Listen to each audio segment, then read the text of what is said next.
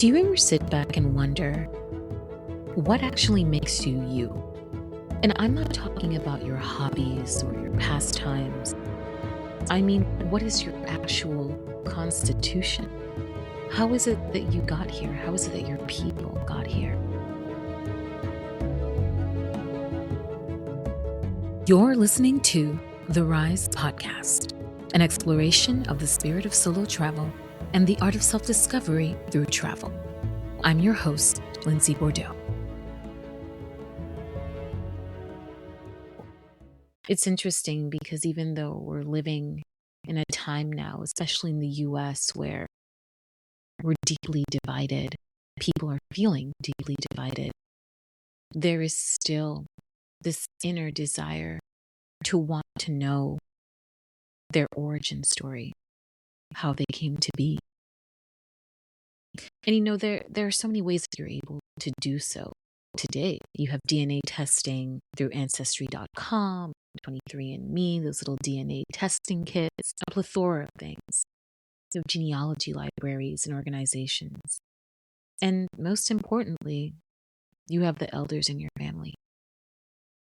They're the ones who usually keep the deepest secrets.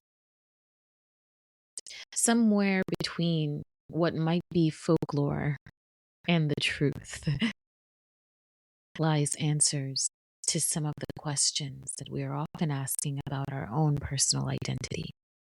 Identity is important. Knowing who you are, knowing where you're rooted is important. It helps you to feel grounded in everything that you do. In touch with identity.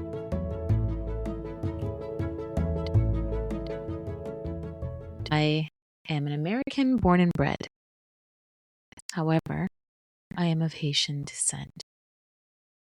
In the past couple of months, I have spent really getting closer to my Haitian roots. Typically, I do so through travel.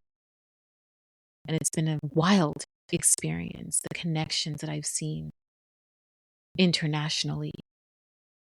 However, it's also been a blessing to be able to experience that domestically, right here in the US, specifically in NYC. Currently, as I'm recording this, it's Haitian Heritage Month. And it's the month of May.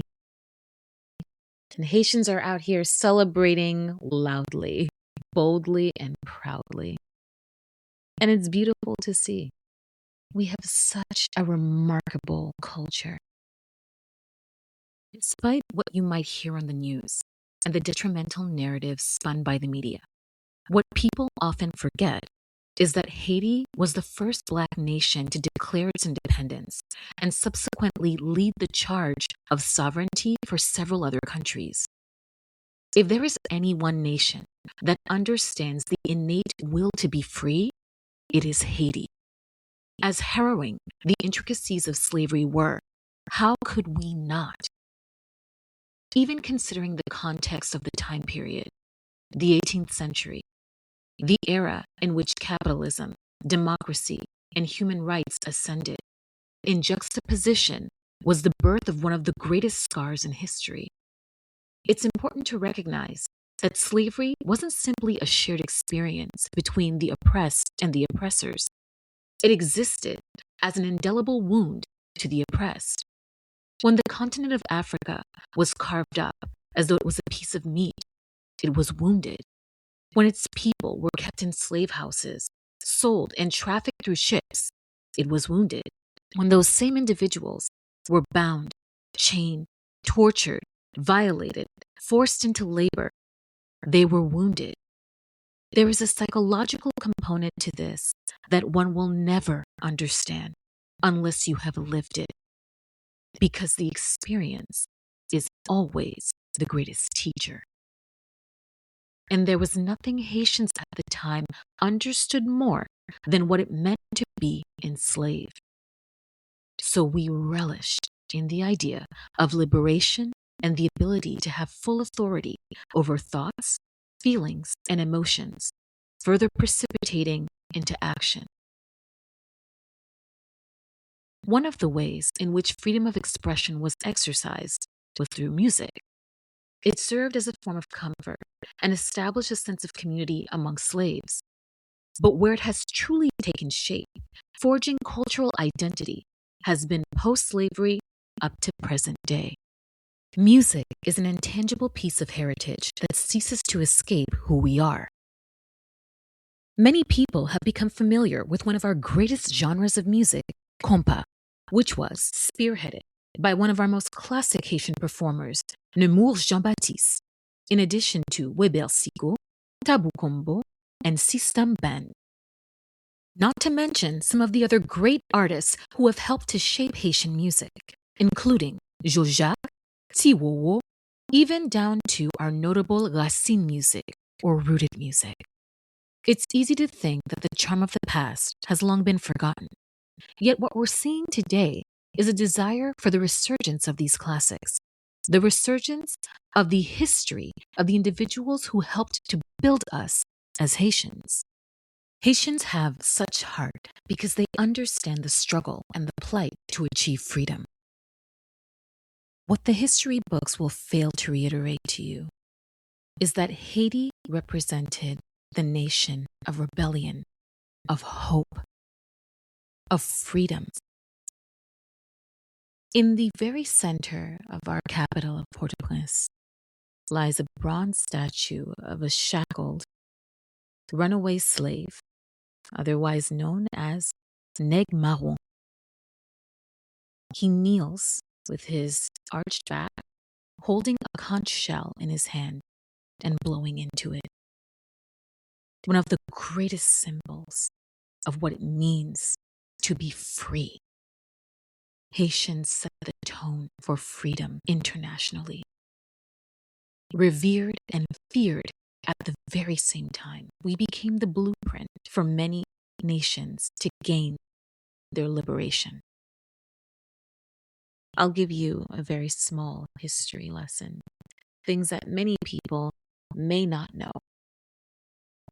After Haiti had declared its independence, it became instrumental in the independence of several other nations, including Venezuela, Colombia, Brazil, Peru, Bolivia, Ecuador, Libya, Eritrea, Ethiopia, Greece, and even the United States.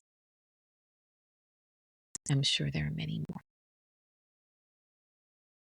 Haitians were actively seeking to break the chains of slavery, and they understood the struggles that other slaves faced in other nations. To understand the mindset is to understand the experience. They were tied. They were rooted in more ways than one. But for that snapshot in time, the overarching factors that brought them together was that they were Black, they were of African descent, and they were enslaved. Freedom is not a compromise, it's a requirement. In Haitian Creole, there is a phrase that goes, L'union fait la force. In unity, there is strength. People find community through connection. The mental and physical relief that come from bonds of relatability are inexplicable.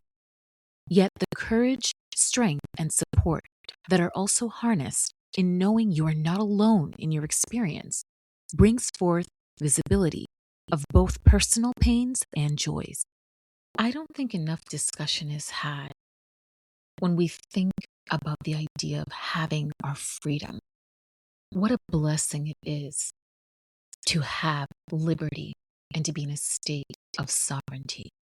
Even for myself, here in New York, surrounded by other New Yorkers, the way we are so colorful and expressive. As a cultural melting pot, it's easy to see how Haitians are able to celebrate their heritage outside of our island nation. I'm blessed to have parents and family members who've passed down traditions and stories of our family so that I'm consistently reminded of where I come from. I often tell myself, I think I know my people well. But it wasn't until I started traveling that I realized there was so much more to my people than what I could have conceived.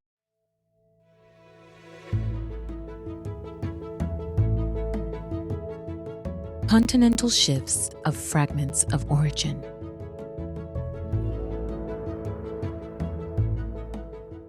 I will never forget my first experience in Africa.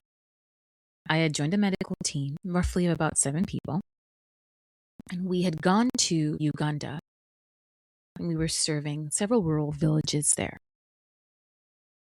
I remember the first time I set foot in Uganda and how in awe I was by the flora, the fauna, the landscape.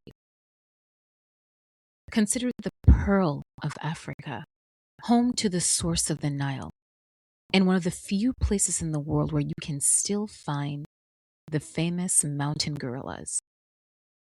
Uganda is an incredible country. In the mornings, there's a mist that overcomes the entire country.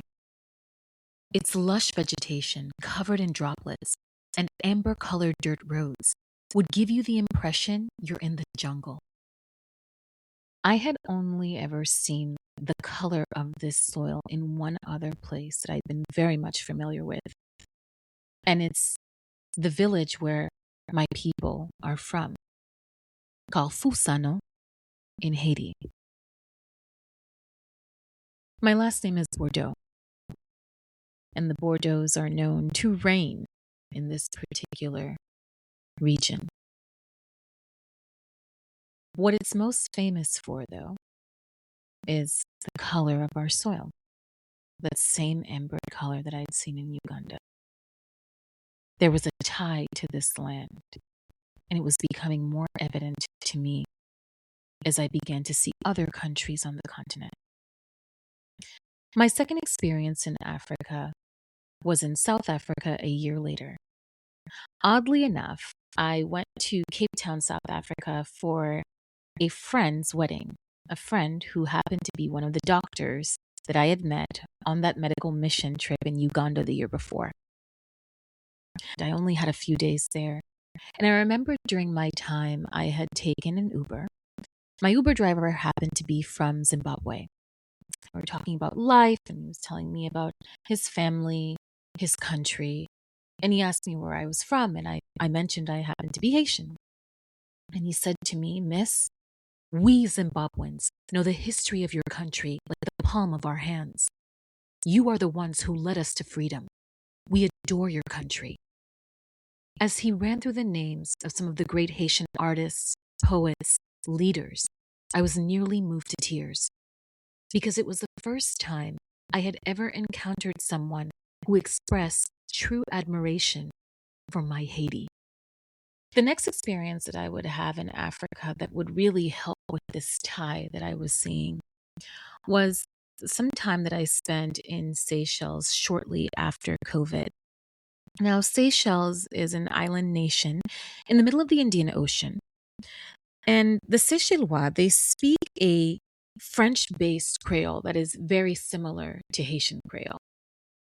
The entire time I was in the Seychelles, I only spoke Haitian Creole, and the locals would reply to me in Seychellois Creole. We completely understood each other. It was as though we were long-lost cousins. Yet what was so odd to me was that our countries were nowhere near each other. The only visible link between us is that we are island people. To add to the mystery, I met quite a few people from neighboring islands like Madagascar and Mauritius who kept telling me I looked just like them and that even my Creole was similar to theirs. The only real explanation I could fathom for these similarities had to be tied to the slave trade, but I was only going off of speculation. The following example is of a country I have never visited, but discovered a connection through music. That is the Congo. Anyone who knows me knows I am obsessed with international music and artists, and one of Congo's finest is Fally Ipupa. His tunes, such as Parterre and Un Coupe, are on replay in my house. In listening to the words, the sounds, and the instruments, you can't help but hear a liking to Haitian music. The truth is, there is an unspoken connection between Congo and Haiti that many people are aware of, but have never been able to really explain. We look similar. Our music is similar. And even the Congolese language of Lingala consists of pieces of Haitian Creole. If there ever was a country I thoroughly believe gave rise to Haiti, it is the Congo. The most recent experience I had on the continent was through my last trip to Senegal.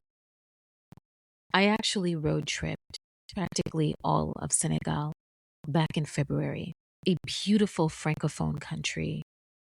There is so much history when it comes to the movement of Black people.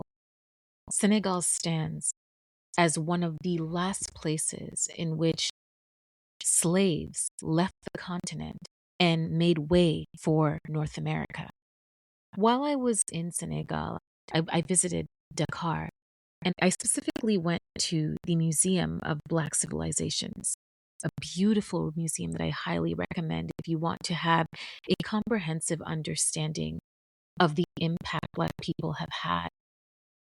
As you walk into this museum, you'll see a series of photographs of some of the greatest leaders in Black history. And at the very beginning of this Hall of Fame are the images of two prominent figures in Haitian history, Toussaint Louverture and Jean-Jacques Dessalines. I was really impressed to see that Senegal, of all places, would have their photos there on display for people to see and remember. Outside of visiting Dakar, I had gone to several other villages in Senegal. I even visited the famous Gorée Island, or Île de Gorée. It is there on Île de Gorée that you will find one of the slave houses, one of the last few places that the slaves were located prior to exiting the door of no return during the slave trade. While I was on Gorée Island, I had done a tour. The interesting thing about this island is that many of the people that are doing these tours are local people, people that have been born and bred on the island. I had a tour guide who took myself and my group through the different quarters within the slave house, explaining in detail how slaves, individuals from different tribes in different countries, were brought together into these tiny rooms to be used eventually for labor. One of the first stops that they made was to South America, particularly a region in Brazil. And then from there, they would make their way to Northern America and the Caribbean. However, what was interesting was that the tour guide was only able to explain the narrative of the story that ends in Senegal, because he didn't know the name of the region in Brazil where the slaves were brought to. What he didn't know was the continuation of that story in Brazil. Oddly enough, a few years prior, I had visited Brazil, and because of my experience there, I had an inclination of where the story would lead. Brazil, a beautiful and vibrant country whose people truly wear their hearts on their sleeves. I often say, if I wasn't born Haitian, I would have been Brazilian. When I had visited Bahia, specifically a region called Pelourinho in Salvador, Bahia, Brazil, home to the biggest population of Afro-Brazilians or Black Brazilians. To give you a bit of background, Pelourinho is Portuguese for whipping post. It was one of the first places the slaves were brought during the transatlantic slave trade. I remembered while I was there learning about a particular religion, a voodoo religion in Brazil called candomblé. Candomblé, interestingly enough, is the sister religion of the Haitian voodoo. Both of them are the daughter religions of voodoo that is practiced in Benin in Africa. Again, I'm seeing the ties to Haiti. I remembered walking down the streets in Bahia and seeing some of the women that practice candomblé in their traditional attire, proudly, beautifully. And I couldn't help but notice how much that attire resembled that of traditional Haitian attire. Yet another experience that I had in Brazil was my final day I happened to get stuck in a fashion show. And during that time, I'm watching all of these beautiful models and these creative looks that they were all flaunting for us in the audience. And while they're doing their catwalk on the runways, there was a song that was playing that got everybody on their feet. And you would not believe it was Haitian compa. My jaw dropped. I kept thinking to myself, my gosh, look at how far Haitians have come. And I don't even think our people realize it. I don't think they realize just how phenomenal we are and how far our roots go.